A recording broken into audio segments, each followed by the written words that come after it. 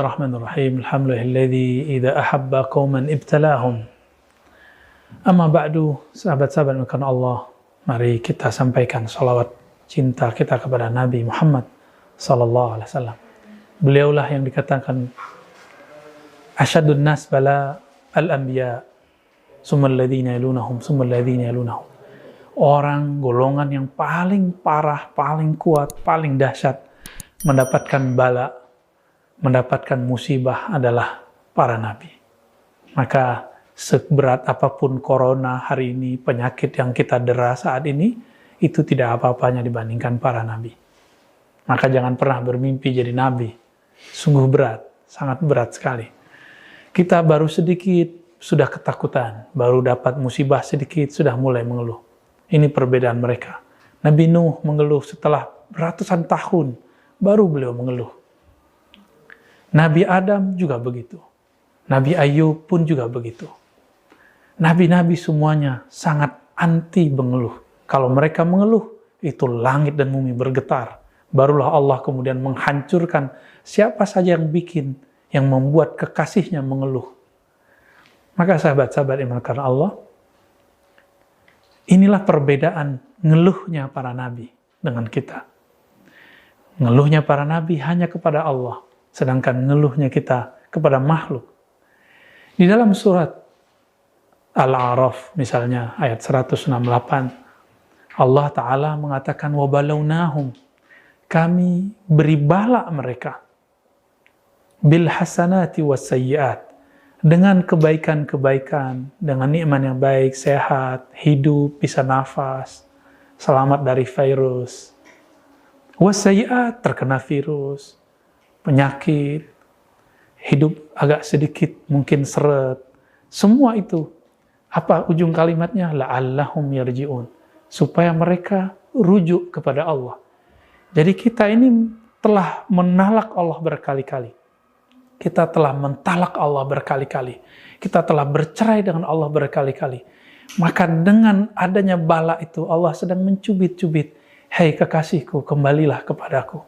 Hai sayangku, ayo kembali ke haribaanku.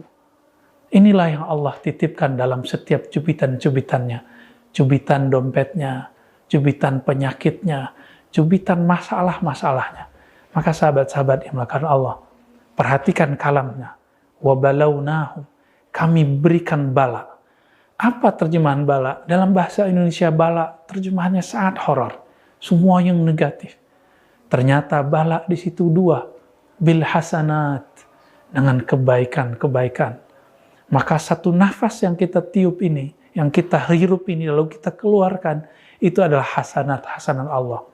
Coba lihat sahabat kita, orang tua kita, orang terdekat, mereka sedang pasang ventilator, susah nafas.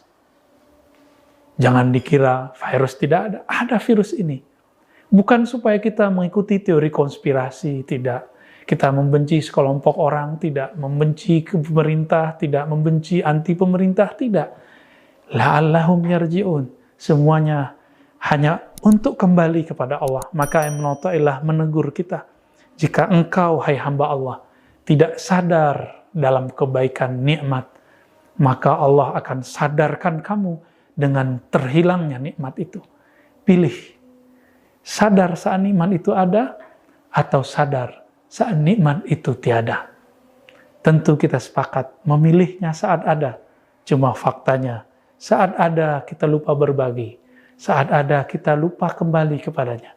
Saat ada kita lupa memujinya. Jadilah seperti Nabi Nuh, setiap makan beliau ingat Allah. Saat makan beliau mengenang kebaikan Allah. Selesai makan beliau mensyukuri, berterima kasih kepada Allah. Maka jika disebut dalam Al-Quran syakur, salah satunya adalah Nabi Nuh. Beda dengan syakir, orang yang berterima kasih.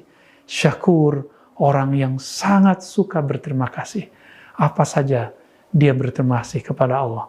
Mari teman-teman, supaya musibah menjadi cara Allah mengembalikan kita. Musibah itu ternyata di Quran tidak hanya yang buruk, tapi juga baik. Karena musibah berarti sesuatu yang mengenai kita. Ada yang mengenainya kebaikan, ada yang mengenai keburukan.